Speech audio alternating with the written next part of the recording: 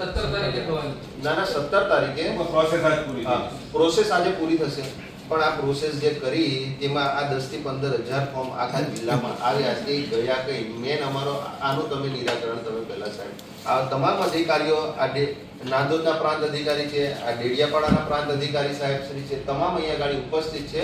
આપ સાહેબ શ્રી એમને પણ જરા મૌખિક તો પૂછો કે આ ફોર્મ કોણ લાવ્યું. હું એમને પૂછી લીધું છે, એમને કહ્યું છે કે પ્રોસેસમાં નથી, છતાં હું કલેક્ટર સાહેબને સર પ્રોસેસમાં નથી, હજારોના સંખ્યામાં બંડલો સાહેબ જેટલા પણ નેતાઓના જે લોકોએ આ ફોર્મો આપ્યા છે એમાં જે નામ ખુલી રહ્યા છે ભાજપના કાર્યકરોના નામ ખુલે છે, ભારતીય જનતા પાર્ટીના હોદ્દેદારોના નામ ખુલે. ના આ તો સાહેબ હવે વાસ્તવિકતા ને અમારે બચાવી રહ્યા છે, આપણે આપની સમક્ષ સ્પષ્ટ કહીએ છીએ દરેક જગ્યાએ ભાજપના નેતાઓના ને એમના હોદ્દેદારોના ને એમના કાર્યકર્તાઓના નામ ખુલે છે. અત્યારે શું છે વ્યક્તિગત પર જવું નથી, મારી પાસે એ પણ પુરાવો આવવા તૈયાર હતો કે ભાજપના સિલેક્ટેડ પર્સન अधिकारी श्री ने એવું કહે છે કે આપ चिंता मत कीजिए, हम बैठे आपके ऊपर कोई प्रॉब्लम है तो हमें बता दीजिए. ये क्या बात हुई सर? टेबल ने पहली बार मतलब हमारी पर गरिमा आप जिस कुर्सी पे बैठे हो उस कुर्सी पे कोई पॉलिटिकल पार्टी का महत्व नहीं होता है. लेने जाओ ने आपने आपकी सामने डेप्यूटी डीओ ने एक सूचना आपकी दी थी कि डीओ श्री मारे कलेक्टर श्री જ્યારે આવે એમનું સ્પષ્ટીકરણ મારે ડિટેલ રિપોર્ટ મને જોઈએ. પબ્લિક સમક્ષ આ સાહેબ લેખિતમાં પણ જરૂરી છે સાહેબ. પ્રાંત સાહેબને આપી છે, મામલતદાર સાહેબને આપી છે, એમના નીચલા અધિકારીને પણ આપી છે, તો પણ BLO 1 ને આજ દિન સુધી એની માહિતી નથી આપી. પ્રજા સમક્ષ જરૂરી છે. લેખિતમાં લેટર બતાવવાય છે. આ ને આ કહું છું, આ સાહેબે આપેલો છે, આજે કાલે ગયો છે, આ મેડમ પાસે ગયો છે અને પેલા મેડમ પાસે પણ લેટર ગયેલો છે, હજુ સુધી આની માહિતી કેમ નથી આપી સાહેબ? પણ સાહેબ મને અમને એમ થાય કે એટલા શું કામ કોઈકના પ્રેશરમાં આવીને આપણે એક મીટિંગ કરવાની છે, આપી દેવામાં હું. અને સાહેબ એવું હોય તો કોઈ ભાજપના પટ્ટા કેરી લેવાના પછી આપણે પ્રોસેસમાં નથી ત્યારે ના એ સાહેબ પ્રોસેસ પછી તમે પટ્ટા પહેરી લો તમે સાહેબ, નોકરી ના થાય તો પછી એ એવી રીતે વાત નહીં કરવાની સાહેબ. એવી રીતે નહીં, પટ્ટા પહેરવાની વાત નહીં કરવાની સાહેબ. અધિકારીઓ એવી રીતે વાત નહીં કરવાની. અધિકારીઓએ આ લેટર આપેલો છે, બરાબર? તમારી તમે પણ પોતાની ગરિમા જાળવો ને સાહેબ. પણ અધિકારીઓ સાહેબ જો આ જિલ્લાના જે વડા છે એમને અહીંયા ગાડી સાઈન છે, તેમ છતાં પ્રાંત અધિકારી કલેક્ટર શ્રીને રિપોર્ટ માંગુ છું, હું એટલી સ્પષ્ટ રીતે કહું છું, છતાં તમે મને આવી ભાષા યુઝ કરો, ધેટ ઇઝ નોટ ફેર. સાહેબ આ લાગે છે એવું, પણ બહુ ગંભીર નીચલા લેવલે આ બહુ ગંભીર પ્રશ્ન છે. હું પ્રશ્ન લઈને એટલા સિન્સિયરિટીથી એમના પાસેથી જવાબ લેવાનું છું. તો સાહેબ 2-4 દિવસમાં ફરી આપ સાહેબ શ્રીના અધ્યક્ષ સ્થાને મીટિંગ થાય અને આ બાબતની ફરીથી 17 તારીખ સુધીમાં ફરીથી આવવાનું છું અને આ બાબતની તમામ સ્પષ્ટતા સાહેબ થાય. સાહેબ અમને કોપી મળી જશે અને સાહેબ અમને લોકોને કોપી મળે જે અરજદારો છે સાહેબ. 17 તો આપણે લાસ્ટ લેવાનું. Let us I am coming again next week. So next sir. પણ સાહેબ અમારી તો એટલી જ વિનંતી 17 છે ને આપણો લાસ્ટ ડે પૂરો થઈ જાય છે, તો અમે ત્યાર પછી 17 ની પછી નહીં, 17 ની પહેલા આવીશું, કારણ કે એના પહેલા ક્યાં 7 નંબરની કલેક્ટર સાહેબ જોડે વાત કરવી પડશે આપણે, કલેક્ટર સાહેબ જવાબ. એવું નહીં સાહેબ, પણ અહીંયા અમારી પાસે અત્યારે મને આ કહો પહેલા એ નોટ લીધી છે સાહેબ, એક વિષય કન્ટિન્યુ રાખજો. આ નિગરથી અમને કોઈ ઓબ્જેક્શન નહીં, આ તો હાવ નોર્મલ છે સાહેબ, એ નથી અમને અમારો જે પ્રશ્ન છે કે સાહેબ શ્રી સાઈન કરી આપી છે તો પ્રાંત અધિકારી સાહેબ શ્રી મામલતદાર લોક સાહેબ જોઈએ સાહેબ, અમારો મેન એ તો સાહેબ જે અરજદારોએ અરજી કરેલી છે એના તમામ અમને તમારો પોઈન્ટ નોટ કરી દીધો છે. I'll ask the detail report છે કલેક્ટર સાહેબ પાસેથી લઈ, મને ડિટેલ પ્રોગ્રેસ રિપોર્ટ બતાવવા હોય તો.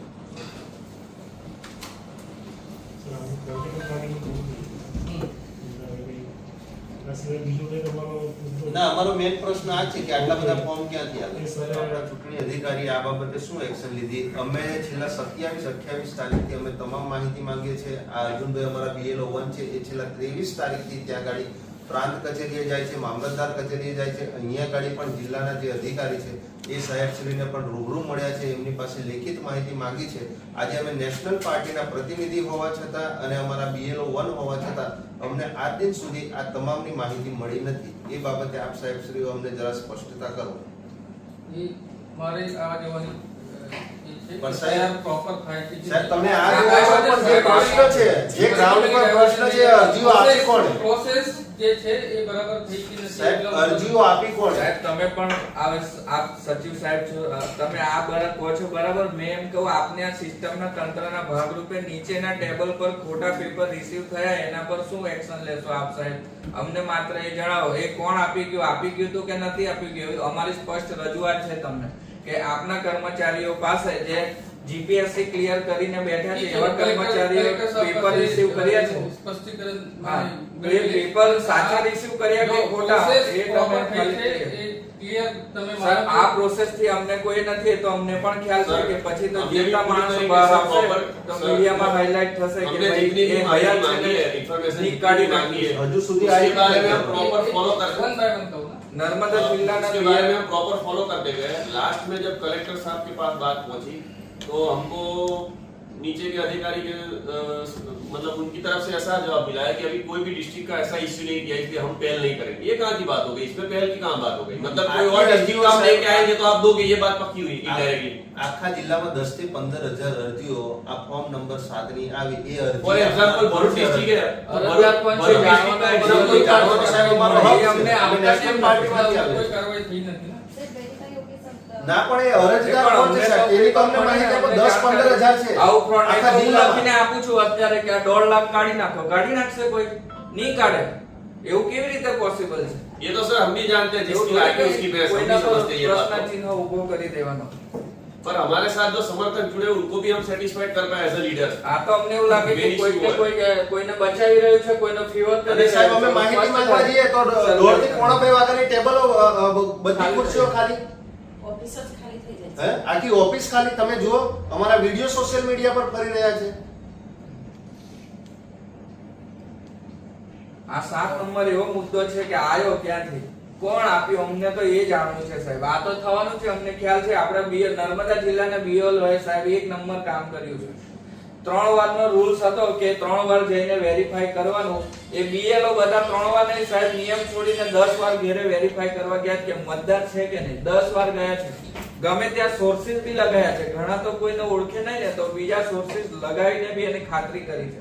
અને લાસ્ટમાં એમને જ્યારે સબમિટ કર્યું ને ત્યારે તમામ ચોકસાઈ રાખીને કર્યું છે. એટલે બીએલઓ ની કામગીરીમાં અમને કોઈ જ શંકા નથી, કોઈ ડાઉટ નથી. અમારો એટલે issue સાહેબ, એ છે, સાહેબ, આપ 7 આવ્યા છો, નંબરના ફોર્મ તો આટલી અમને મોટી આ સંખ્યામાં issue જે- ટેબલ પર આયા. હવે અમને ખાલી એટલું જણાય તો નહીં સાહેબ એ કોણ આપી ગયું. અમારે આ કોઈ કર્મચારી સાથે કોઈ વાંધો જ નથી. ખાલી અમને માત્ર એ 7 નંબરના ફોર્મની કોપી અમે અમારા ખર્ચે અમારા પૈસે કઢાઈ લેશું. ખાલી અમને ઝેરોક્સ જોઈએ. અત્યારે આપણે એફઆઈઆર પૂરતી વાત કરીએ. ના એસઆર પૂરતી નહીં સાહેબ. સાહેબ, આ ગંભીર તમે મુદ્દો છે સાહેબ. આ તમે 10 થી 15,000 ફોર્મ સાહેબ અહીંયા ગાડી આવ્યા કેમ? એક મિનિટ તો એક મિનિટ સાંભળો. તમે સાહેબ આ એક મિનિટ સાંભળો. કોઈને છારવી રહ્યા છો. એક અહીંયા ગાડી મિનિટ અમને સાંભળો. સ્પષ્ટપણે અહીં દેખાઈ રહ્યું છે. હે? એક મિનિટ સાંભળો હા, હા, કરું બોલો. છું છતાં તમે સાહેબ આ ગંભીર પ્રશ્ન છે. 10 થી 15,000 ફોર્મ સાંભળો આવ્યા એટલા જ માટે કહું હા હા છું. જણાવો સાહેબ. હું એની પણ વિગત કલેક્ટર શ્રી આવે એટલે હું એમના પાસેથી પણ આ રિપોર્ટ લઈ લઈશ. પણ મેઇન મુદ્દો આપણે ડાયવર્ટ કરી રહ્યા Main છીએ. મુદ્દો- ના ના સાહેબ, સાહેબ, એ તો રાઈટ છે. ચલો અમને એનાથી કોઈ એ નથી. આ જે છે અમને ખબર છે. આ સાહેબ પાસે હું વારંવાર આવું છું. આ સાહેબે જ કાલે લેટર પણ નીચે કર્યો છે. અને આ કોઈ કર્મચારી માથે નથી લેવાનું. એની નોકરીનો સવાલ છે, અમને ખ્યાલ છે. કોઈ જીવતો માણસ કાલે બહાર આવીને કહે છે કે મેં બધા પેપર રજૂ કર્યા છે અને મારું નીકળી ગયું એટલે એ તો કમ્પ્લેન થવાની છે, એફઆઈઆર દાખલ થવાની. એટલે કોઈ કર્મચારી એવું નહીં કરે. પણ કર્મચારીએ 7 નંબરના રિસીવિંગ કેમ લીધા, ચોકસાઈ કરી કે નહીં, અમારો પ્રશ્ન તે છે. અને કર્યા છે તો અમને એની માહિતી જોઈએ.